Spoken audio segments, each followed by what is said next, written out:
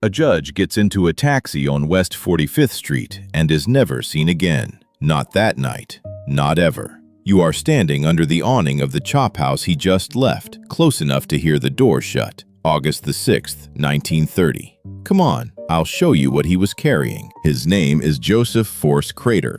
41 years old, Justice of the New York Supreme Court, appointed 4 months ago. Tall, careful, expensive suits. The kind of man whose name you'd only ever see in small print, until the night it was in every headline in the country. Now, hold on, because the job matters. In that year, you are a clerk in a courthouse 2 blocks away. You take home about $35 a week, and you are grateful for it. A justice of the Supreme Court draws $22,500 a year. $22,500. That is 12 years of your pay. Every year for as long as he sits. It's like being handed your whole working life up front once a year. Keep that number. It comes back tonight, and not in a way you will like. Here is how a man got a seat like that in New York in 1930. Not by being the best lawyer. By being useful to the district leaders, the machine everybody called Tammany. Because judges decided who got receiverships, and receiverships were money, and money went back down the line. And the price was talked about openly. 1 year of the salary, paid up to the men who put your name forward. Nobody ever put that in writing, so nobody ever proved it. Well, that is exactly why it worked. Stop your eye here. 2 locked leather cases, the flat kind lawyers carry. On the 6th of August, they leave his chambers and go up to his apartment on 5th Avenue. Remember those 2 cases. The same afternoon, he sends his assistant to 2 banks and cashes 2 checks. $5,150 in cash in 1 day. That is nearly 3 years of your clerk's pay in a man's pocket on a Wednesday. 3 days before that, he was on holiday in Maine with his wife. A telephone call came to the lake house. He put the receiver down and said, "I've got to go straighten those fellows out." Then he got on a train to New York. She never learned who called. Now the evening itself, and it is almost boringly ordinary. He buys 1 ticket to a Broadway comedy. 1. A man with 2 locked cases and $5,000 in cash buys a single seat for a farce about dancing partners. He has dinner at a chop house on West 45th with a lawyer he knows and a young woman from a show.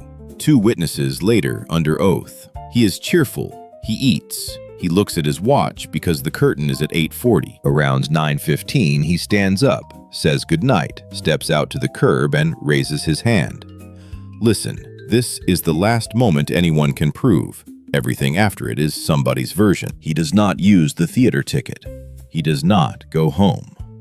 He does not appear in court on the 25th of August when the term opens. And here is the part that still makes my jaw drop. Nobody reports him missing, not for 4 weeks. His wife waits in Maine, because a wife does not telephone a Supreme Court justice to ask where he is. His court colleagues assume he is with her. Because everyone assumed somebody else knew, nobody looked. Her letters that August ask about the weather and the boat. Not one of them asks where he is. It's like a house where every room believes the room next door locked the front door. 29 days pass. By the time the police open a file, the trail is a month cold, and the city has had a month to tidy up. September the 3rd. Missing persons file number 13595. And the first thing detectives find is what is not there. The 2 locked cases are gone from the apartment. So are the papers from his chambers. Somebody had been in both places. Nobody could say who, because in a building on 5th Avenue in 1930, the doorman's memory was a service you could pay for. Now the city goes looking, and it goes looking loudly. 2,000 posters, reports from 39 states. He is seen in Havana, in Hollywood, on a fishing boat off Nova Scotia, working as a gold prospector, riding a bus in Illinois. Every one of those sightings is checked, and every one dissolves. And that is the moment the phrase gets born, the one the whole country repeats. The most missingest man in New York. So a grand jury is called. 95 witnesses, 975 pages of sworn testimony. Bankers, bailiffs, showgirls, cab drivers, his tailor. the largest missing person inquiry the city had ever run. Cab drivers were asked to remember a single fare from 4 weeks earlier in a city that ran 40,000 taxis. And it ends with nothing. The jurors write the wording themselves, and it reads almost embarrassed. The evidence is insufficient to determine whether Crater is alive or dead, or whether he has met with violence. 95 people talked for 900 pages, and the state could not say which of those three things happened. Then in January, his wife opens a bureau drawer in the apartment the police had already searched. Inside, $6,900 in cash, some stock, 3 life insurance policies, and a list in his handwriting of who owed him money. At the bottom of the list, 4 words: "Am very weary. Love, Joe." That is the last thing anybody has from him, and people have argued about those 4 words for 95 years because there are only 3 roads out of that room. He ran, he was killed, or he took his own life.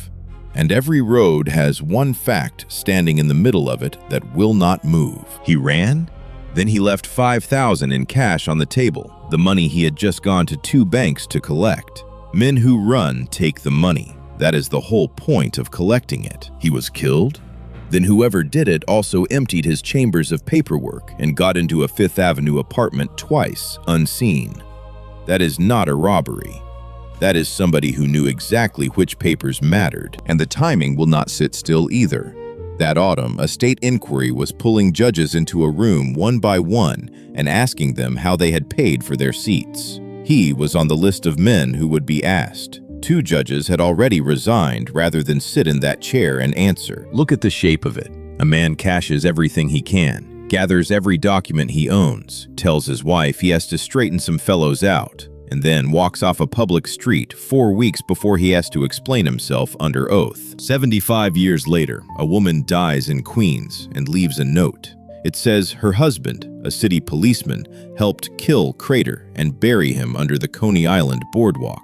They dug. They found bones, but nothing that could be tied to him, because that sand had already been turned over decades earlier. The file stayed open for 49 years. New York finally closed it in 1979, not because anyone answered anything, but because the last person who could still be charged was dead. You know what stays with me? Not the mystery. The 4 weeks. A judge of the highest court in the state walked off a busy street, and this city took 29 days to notice, because every single person assumed somebody more important was already asking. Tell me in the comments which of the 3 roads you'd take. Next time, I'll show you the woman who ran all of St. Paul. Subscribe, and we'll keep walking this block.